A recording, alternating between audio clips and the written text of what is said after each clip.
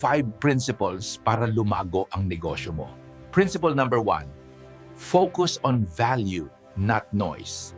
Ang pinagkakakitaan ay hindi ingay, kundi yung value na kaya mong ibigay sa tao.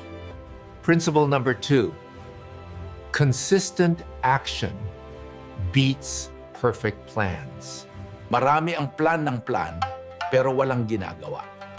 Ang negosyo lumalago sa gawa, hindi sa drawing. Principle number 3, build relationships, not just sales.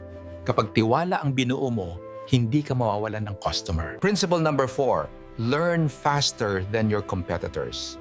Kung mas mabilis ka matuto, mas mabilis kang aangat. Principle number 5, adapt or get left behind.